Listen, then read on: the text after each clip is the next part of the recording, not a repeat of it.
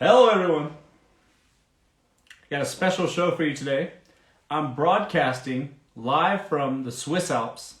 I'm skiing in Switzerland. I'll be here for a couple of weeks yet. I'm getting my bearings on the snow, on the slopes. But I haven't forgotten about you. No. I'm here to talk about dating. Don't get me wrong. I wanted to, just kind of focus on skiing and becoming a better skier. I'm decent. But I'm not great. So that's why I'm here. But we got some time. I have a dinner at in an hour and some change. So, plenty of time to talk to you fine folks. Hello everyone. You're in my log cabin suite. and with me in Switzerland right now. So, here we are. I will. Thank you. Okay, let's see. Any tips for women on a first date? Yes. Okay, here's the deal, ladies. Just dress nice, look nice, not too much. All right? You don't need to do some of y'all need to work on your grooming a bit. And then that's another thing I've noticed in Europe, just in general. Some places, not every place, is the grooming seems to be takes sort of a back seat. I'm looking around and some people, I swear to God, and I don't know, maybe it's because I talk about this so much on my lives or whatever, but I'm more astute towards looking at it. I'm kind of paying attention where I probably should mind my own fucking business. But I'm seeing that it's cold out here, okay? It's cold in Europe, all right? However, some of y'all, you focus so much on your, bundling it up that y'all forget to tweeze your damn eyebrows. There's some of y'all got so many hairs between these two eyebrows. It looks like it's one eyebrow. And I don't see how you missed that. How come somebody didn't tell you? How come your mama didn't say nothing? What about your best friends? What happened? All right? Y'all leaving the house like that. Okay? And I don't know, and I know for sure those 4 or 5 little hairs are not keeping you warmer. So what is that for? All right? So, in this winter season, folks, don't forget your grooming. That's important. Stay on top of it. All right? Look nice. Put a hair through it. Tweeze your damn eyebrows. Wax that upper lip if you got an issue. I'm not going to say who, but one of y'all, some of y'all, got an issue. Wax that upper lip. Look nice. Go out and be inquisitive. Be interested. Don't be too pushy about what they do and how much they make. Have some class, some tact. All right? Those answers will reveal themselves to you. Anyways, you don't need to really push for those things. You'll get the answers anyways. They'll let you know. Believe me, ma'am. They'll let you know how much they make. They can't wait to tell you. Okay? The only thing you need to worry about is trying to fish out the cap, the lies. But those answers will make themselves clear to you, I promise you. All right? Hang on, let me mute my damn phone. People text me. One sec. We back? We back? All right, we're back. Those answers will make themselves clear to you. All right. So be nice. You want to be interested. All right, without being too interested. You know what I'm saying? When you're too interested, oh really? What was that like? Oh, what was that like? Oh, it's just into this endless unravel. It's like my sweater. It's just you tug on one thread and the whole sweater comes apart. It's okay, listen. You should be interested. But there's got to be give and take a little bit. But this is important. Men oftentimes don't know how to fill in the gaps in conversations. So even me, I will often not really fill in the gaps that much. And I'd rather sit there in silence than force that shit. You guys ever have forced conversation? Where you're sitting there and you're just oh, I gotta say something. Oh, what should I? I'd rather just not. Can we just sit here? We're in the cab or something, or the driver's taking us somewhere or something. It doesn't always have to be fully yap. Sometimes it's nice to just, peace for a second. Just enjoy each other's presence. And that's it. That's cool. That's all good. Okay? All right? So you don't feel like you have to. All right? Be interested, but don't feel pressure if there's not conversations going. Men get exhausted by that shit. Like, we want to know things, but it's like, it's just so, men can't keep up. Men can't keep up with women. They just can't. Like, when it comes to talking like that. I mean, you got some guys that are sure, they'll talk a lot. I consider myself to be quite a yapper. However, to be honest with you, there's still, for me, a lot of lulls and stuff. Even in people I like, it's just like, don't worry if they're not, yapping your ear off. It's okay. All right? Just be interested in them. All right? Don't be too pushy about how much you make and how much he's going to give you, stuff like that, especially on the first date. My God. All right? Have some tact. And then, be feminine. All right? I'll tell you what not to do. Don't show up masculine. I've never met a man ever that's like, oh man, I just wish she was more masculine. I've never heard that. I have heard though, where men are like, that woman was way too masculine. She's way too aggressive. She's way too assertive. and there's nothing wrong with being confident, all right? But just being sort of like domineering on the first date, you're gonna tell him how it's gonna be. Stuff like that it's too masculine. And men won't like that shit. They're kind of repulsed by that shit. So just let them take the lead, lay off of that bullshit. Because I promise you, the men will tell their other guys, like, damn, that girl was, she was a very masculine girl. I don't know, man. It's a huge turnoff, all right? So be like a passenger, all right? Don't try to be so domineering. I'd rather be a princess. Good. Just lay into that role and you'll do great, all right? Answer that. I went up, sorry, I missed that one. Do I have to care about the money? Okay. If you don't consider the fact, here's the thing about money. You need to know that the man you're with is either an earner or is capable of earning. And usually those things go hand in hand. Because the reality is this, man, life isn't cheap. It's getting more expensive by the minute. The number one cause of divorce is finances, all right? Oftentimes, that comes with other more social problems, which is like, oh, well, if he can't provide enough for his family, whatever, the man feels feelings of inadequacy. You know what that leads to?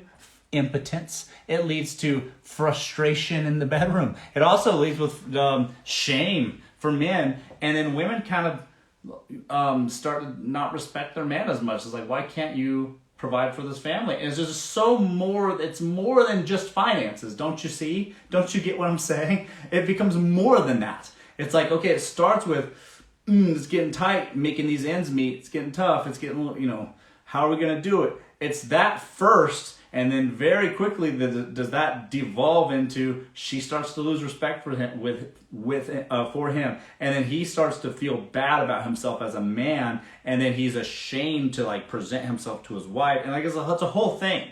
It's like it devolves into really nasty circumstances very quickly. And if you don't think money's a factor, man, let me tell you, because let me tell you something else. It's not just about the money. All right, it is about the money. But it's not just about the money. It's about dating someone that has the characteristics it takes to be a successful man. Don't you see? You know what it takes to be successful? It takes integrity. It takes a good work ethic. It takes conscientiousness. It takes the ability to handle pressure. Because by the way, making money is not fucking easy. It takes a lot of. You have to handle all that pressure every day, all the time, and manage all the things that you ought to be able to do as a man. And all of those characteristics are what make them successful, all right? And then the money is just fringe benefits of those good habits that man has developed. You see what I mean? And if you're dating a guy that lacks those characteristics, I promise you, he's broke. Okay, so if you're dating a broke man, it's likely that he lacks characteristics of a good quality man. Not all the time. Some guys are broke and they're just they need a break or they need some sort of opportunity to present themselves. Fine. But the older we get, the older you date, which you should be dating older anyways, is that He's had many, many times to try before you came along, man. Don't you see? So if he's 40 and he still hasn't figured it out by now, I'm not saying that he won't figure it out. He can figure it out by the time he's 50, but my God, he's had a lot of time to try. All right? And then why are you dealing with that? Why is that your problem? You see? But I promise you, if you start sleeping with that man, it will be.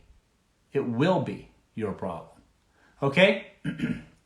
So, here's the deal, lady. Because y'all starts to feeling sorry for him, and then it turns into y'all making excuses for him. And then it turns into you having secret conversations with your mother about him, especially about how much money he makes and all this stuff. It's a big fucking mess. Trust me. Go for guys that have made something of themselves and have something to show for it. Trust me, your life will be easier. And if you don't fucking believe me, you'll be right back in here in 3 to 5 years wondering why the fuck you didn't marry for money. You could have learned to love that man. I swear to God. Because, man, those finances will rip a family apart like no other.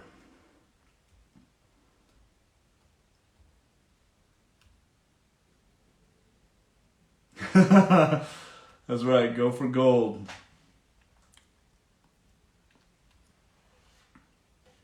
Yeah, I agree. Then everybody calls me a gold digger. I'm not convinced that a woman shouldn't be called that a woman shouldn't be a gold digger. I haven't heard one convincing argument ever that makes sense to me that a woman shouldn't be a gold digger. You should be. You should own that shit. Yeah, I am.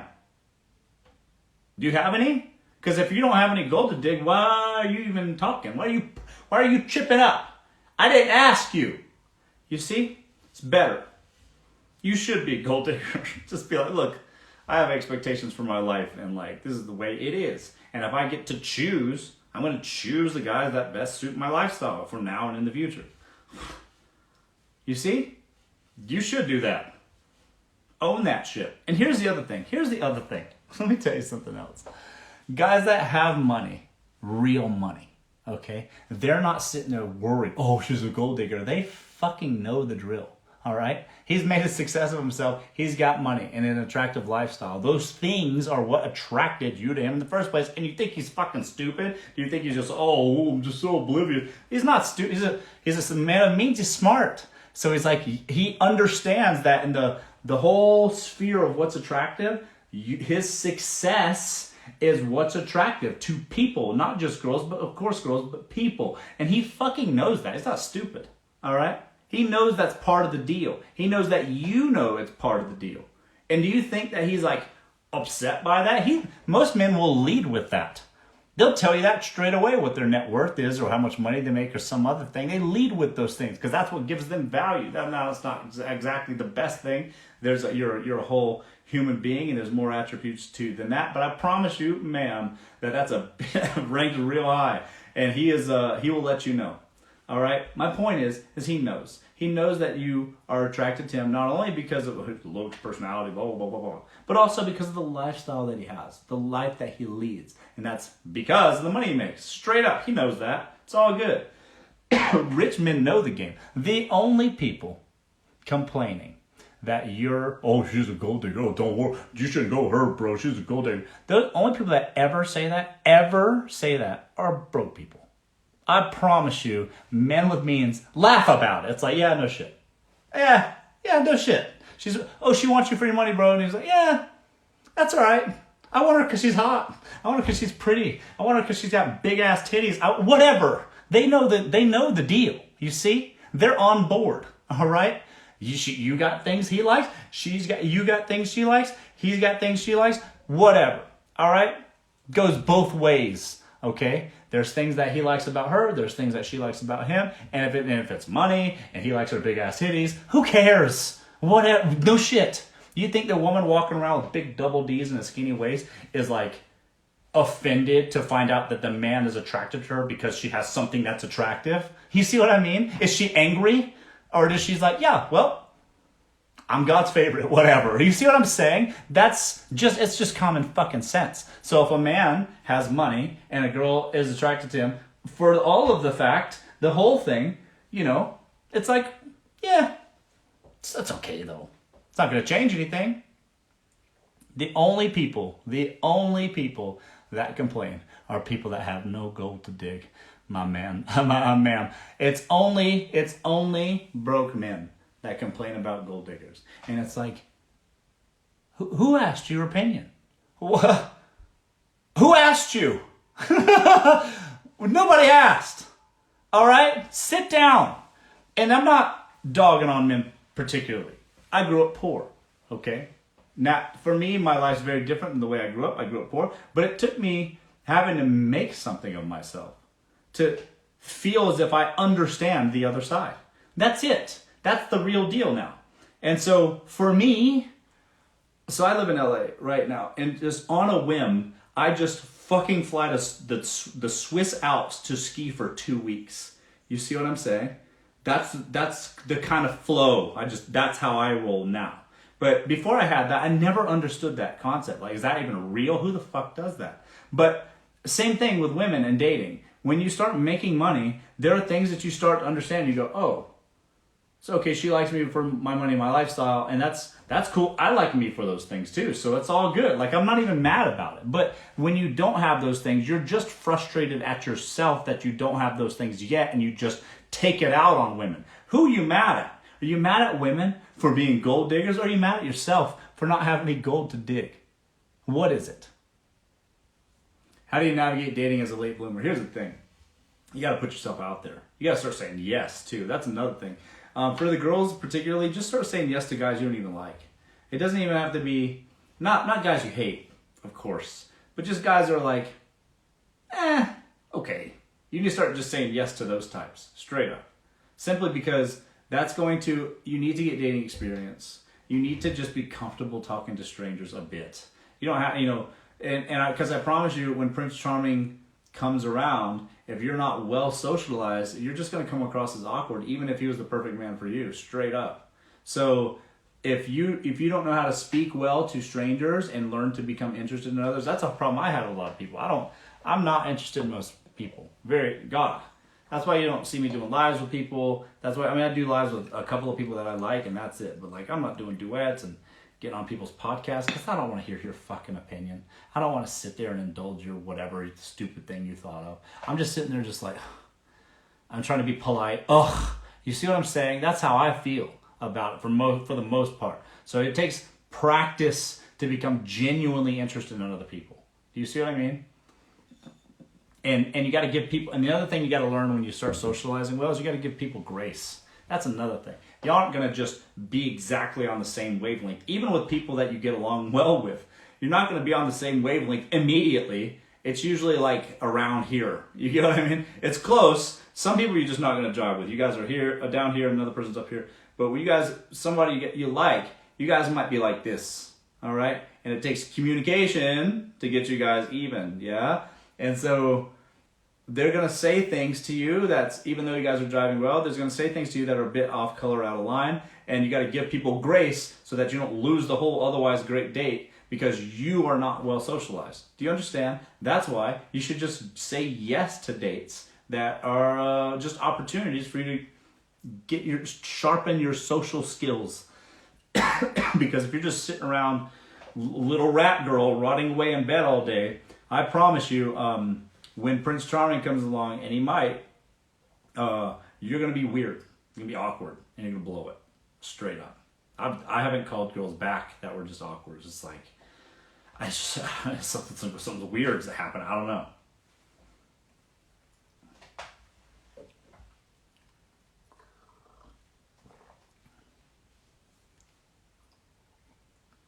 What if you're 49? How hard is that going to be?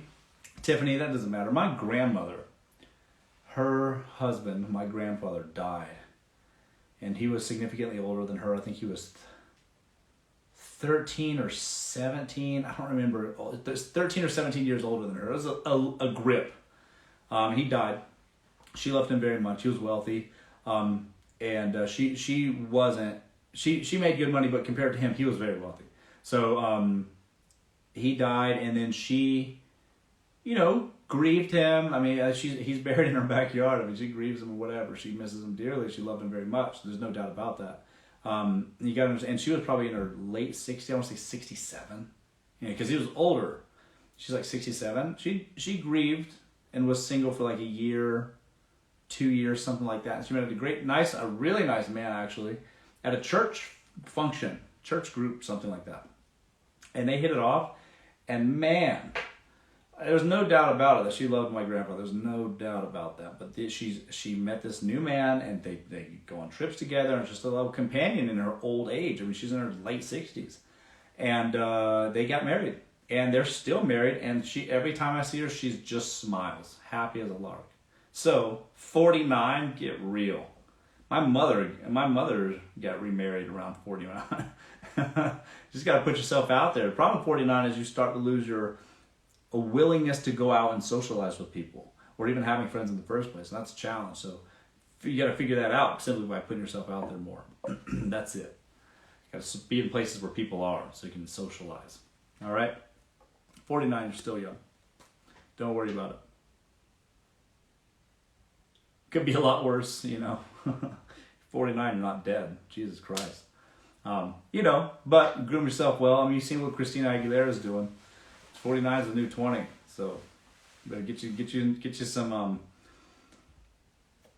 into a hit class, some Pilates. I don't know. Maybe you'll meet a nice gym instructor. Who knows?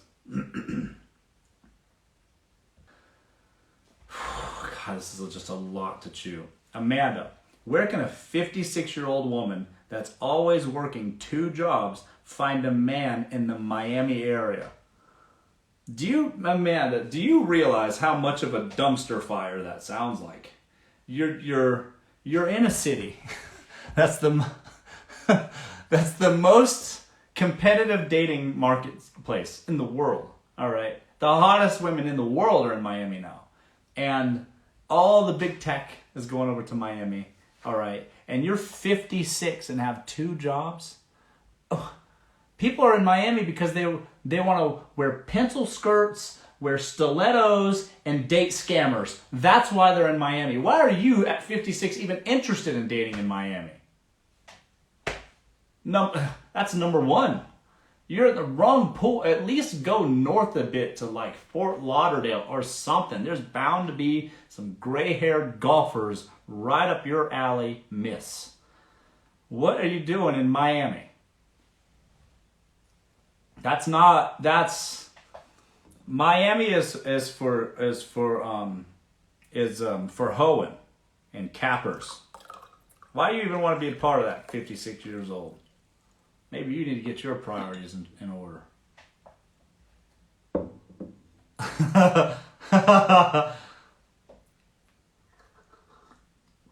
Yeah, you need to go west. Go west to like Palm Beach.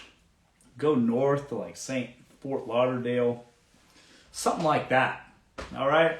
Get yourself an old, not too old, but like old enough where, you're 56, get yourself a man who's in his 60s, early 70s, young enough where the Viagra still works. All right? That's the best any of us can hope for. And he spends his weekend playing golf and over tipping the golf caddy girls. That's good. That's a good man right there for you. Stop dating in Miami sounds atrocious at that when in your particular predicament. Ugh. She can go younger too, sure, if you want to raise another child. You ever date a younger man? The only time I see women dating younger men is because they themselves are just clinging on for dear life to their youth, And every time, and there's nothing wrong with that necessarily. My mother's married to a younger man. He loves her very much, and she loves him. It's not always the case, but almost every time that I see when I see a 40-something-year-old woman dating a 23 or 24-year-old man, I just think that woman is insecure. That's just what it looks like to me. All right, why does she want to raise somebody that could be her child? She might have a child his age, and the only thing that makes me think is that this woman is just having a hard time accepting her aging, and I get that. Man, God, do I get that. Just saying, it just is, you might as well hold a big fucking sign up above your head with big white flashing lights that says, I'm insecure, because who the fuck, you know how useless a 22-year-old man is? You You probably have to go to his house to change his light bulbs. You get what I'm saying? That's what it's like dating a 22-year-old. Why the fuck are you in your 40s dating a 22-year-old? Some self-respect. You see what I mean? You're raising a child. I don't even know 23-year-old women that want to date 23-year-old men for that very reason. I don't know. I do know. And it screams insecurity. My God.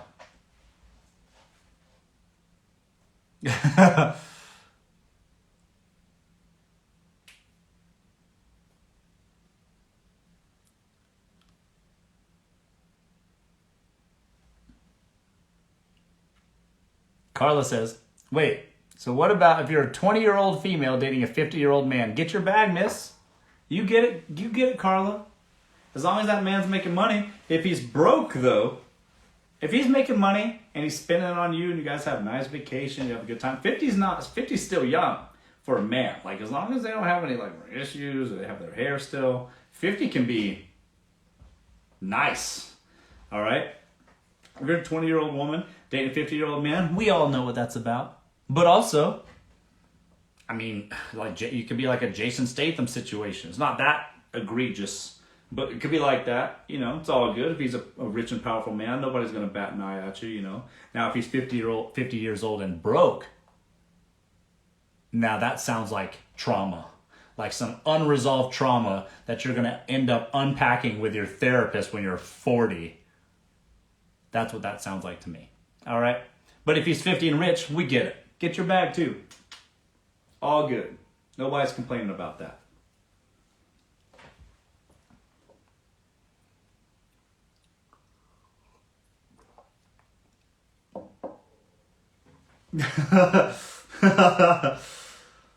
Hello from Switzerland, guys. I'm on the mountaintop, but I'm here for you now.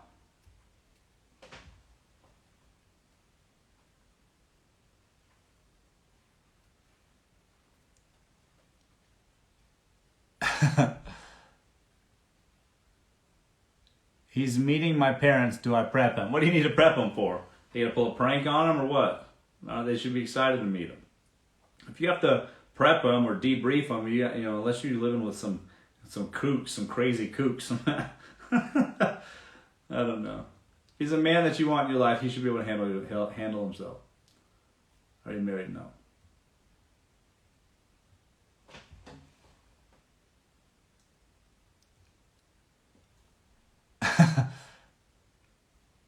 Let's see here. Men with several girlfriends, what's your thoughts? I think that there is definitely a correlation between men making a lot of money and them having multiple women in their lives.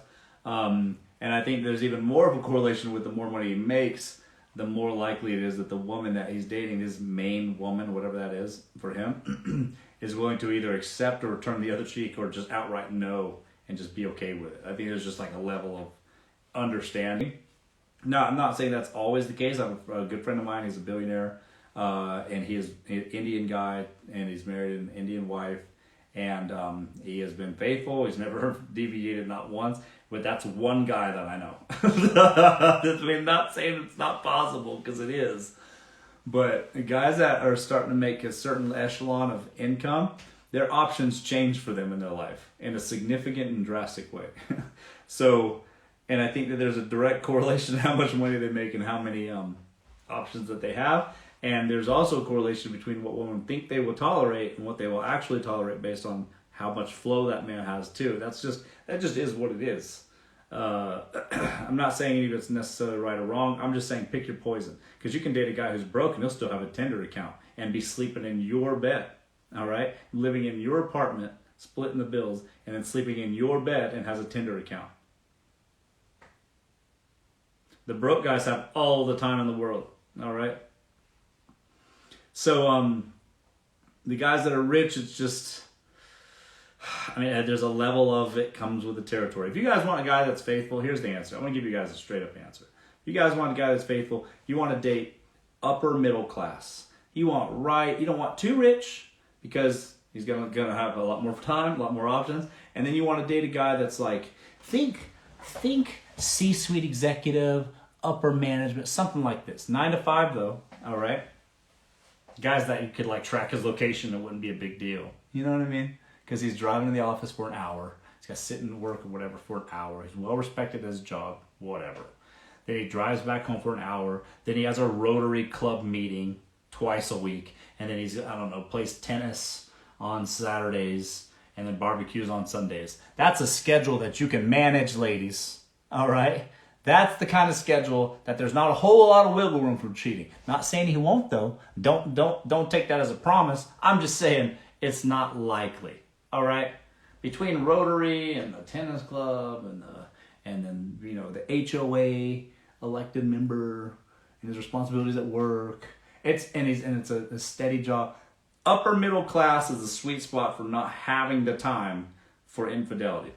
Now, don't make no mistake. Where there's a will, there's a way, and that man will cheat if he wants to. Just saying, that's the one where he's like, he's not making so much money where he kind of like, well, maybe I'll let him have this one.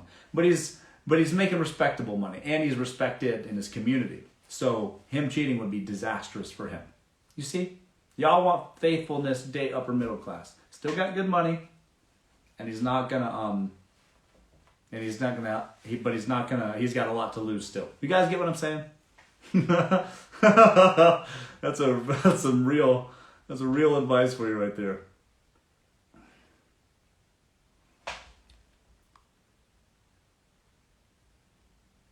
Yeah, that's what. I know they can still cheat on their lunch breaks or whatever. That's what I'm saying. If there's a will, there's a way. I'm not saying that he won't. I'm just saying if for best results, upper middle class is right up your alley.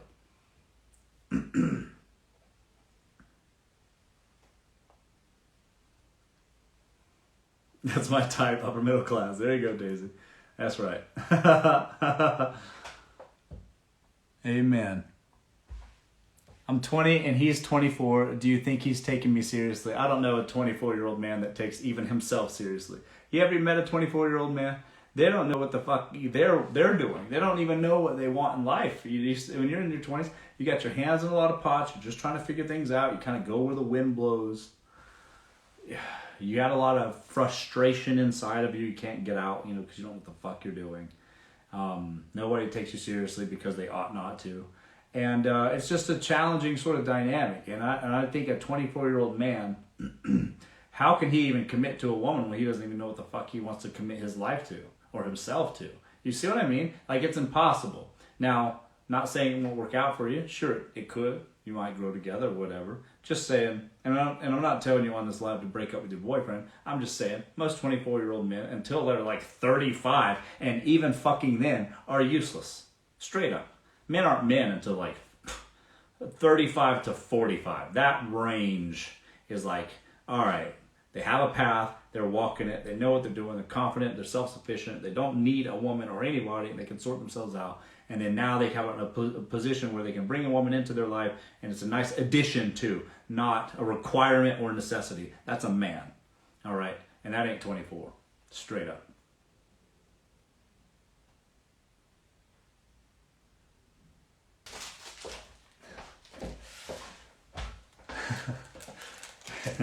Where can I meet an upper middle class man in Miami? Here's the thing about dating guys in Miami. Everybody lies in Miami. So the people that are there, they're out there selling course, they're trading crypto, and it's all cap. It's just not a sustainable lifestyle. Even if they make a lot of money in small bursts, it's not a sustainable lifestyle. Their whole life is volatile as fuck. And it's short-lived. They're not building businesses that's going to pay their bills well for the years to come. It's more like fast, quick money now, bursts of energy, and then panic. So when you date guys in Miami, it's like you meet them when they're in that burst of energy mode. They just hit a lick, they made a lot of money, they bought a crypto surge or some sort of fucking course sales or whatever the fuck. And then they made a little bit of money, and you met them out, and they're living their life, whatever. And then you start sleeping with those guys, and then you quickly find out that where you met them at with this financial high you met them at is quickly going like that. Next thing you know, he's asking you to contribute to the rent to his penthouse. Just go out, just sit in the quad, just go out with my promoter friend in the quad at Live, and they'll pay you, and you can use that towards the rent. That's what Miami is. All right. So it's a fast lifestyle. It's a lot of fun, but it's not likely that you're gonna meet. I'm not saying it's impossible. I'm gonna be moving to Miami. I'm in Beverly Hills all the time now, but I'm keeping my house in Beverly Hills, and I'm also getting a place in Miami in the beginning of this year. I'm gonna be there 6 months out of the year, half and half, whatever. So I will be, kind of coast to coast. But there are people that are out there that are sustaining their life, but that's just not common. It's more what I just described. So if you're out in Miami, just expect that you're just dealing with a bunch of cappers, man. That's just what you're going to get. Go north. Go north.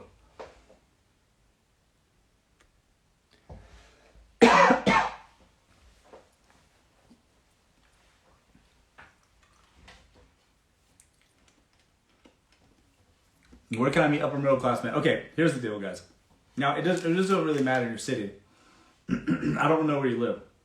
But the answer is just hang out at the paywall places. For instance, anything that requires you a membership. Membership clubs are great for upper middle class. Talking about golf courses, tennis clubs, private members clubs, whatever. Most girls can get in for free or very cheap. High-end gyms like Equinox or higher than that. Anything where there's like a paywall, it's worth it. It's an investment. It's a networking investment for girls. Go to those places, men will approach you. You need to put yourself in those places, though. It's very important. Just imagine where these men will be, all right, where lawyers and doctors would hang out in your city, and just put yourself there. And you'll be surprised what you meet. Mostly, I recommend paywall places, though. And because that's applicable across the board for everyone.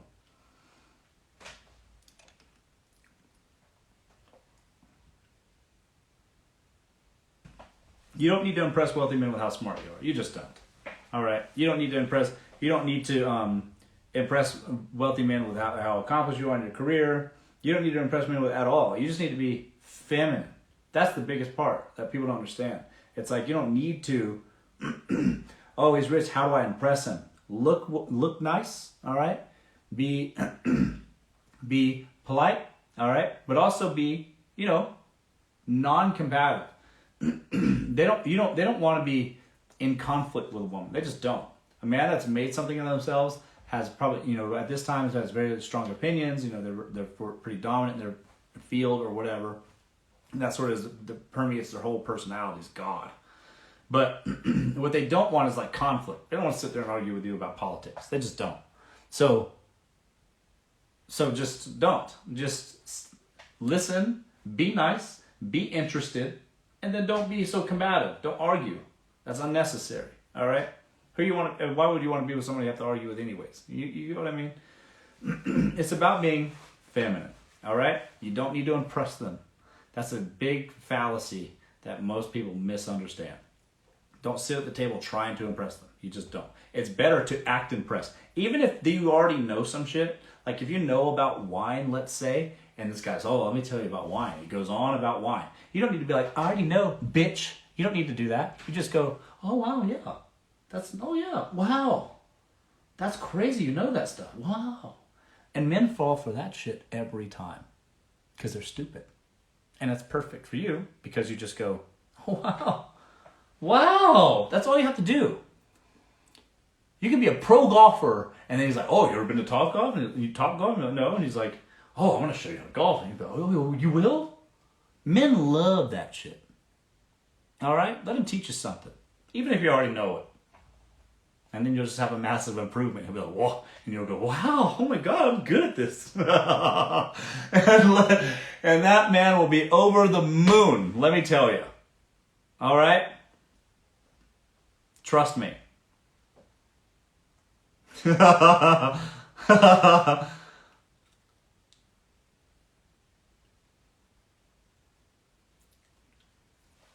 Make it seem like he's teaching you something. That you know why why that works? Because, like I keep saying, that's feminine.